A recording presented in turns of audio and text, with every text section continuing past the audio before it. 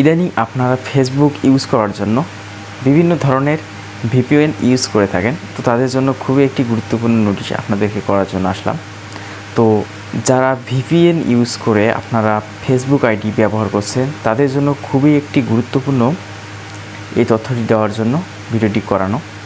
তো আপনারা যারা ভিপিএন ইউজ করে ফেসবুক সাধারণত অন করে বিভিন্ন সিস্টেমে আপনাদের ফেসবুক ফ্রেন্ড এমনকি আদার্স যে সকল ফ্রেন্ড রয়েছে তাদের মাধ্যমে যোগাযোগ করতেছেন, তো ভিপিএন অন করার কারণে আপনাদের গোপন যে তথ্যগুলো থাকে, আপনার সিকিউরিটির যেগুলো বিষয়গুলো থাকে সেগুলো কিন্তু অটোমেটিকলি ফাঁস হয়ে যায়।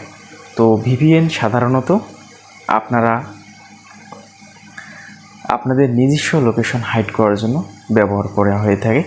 তো বিভিন্ন সুযোগ সুবিধা যারা ফেসবুকে বিভিন্ন সোশ্যাল সার্ভিসে কাজ করে থাকি বা কর্মরত থাকি, বিভিন্ন তথ্য আদান প্রদান করে থাকি।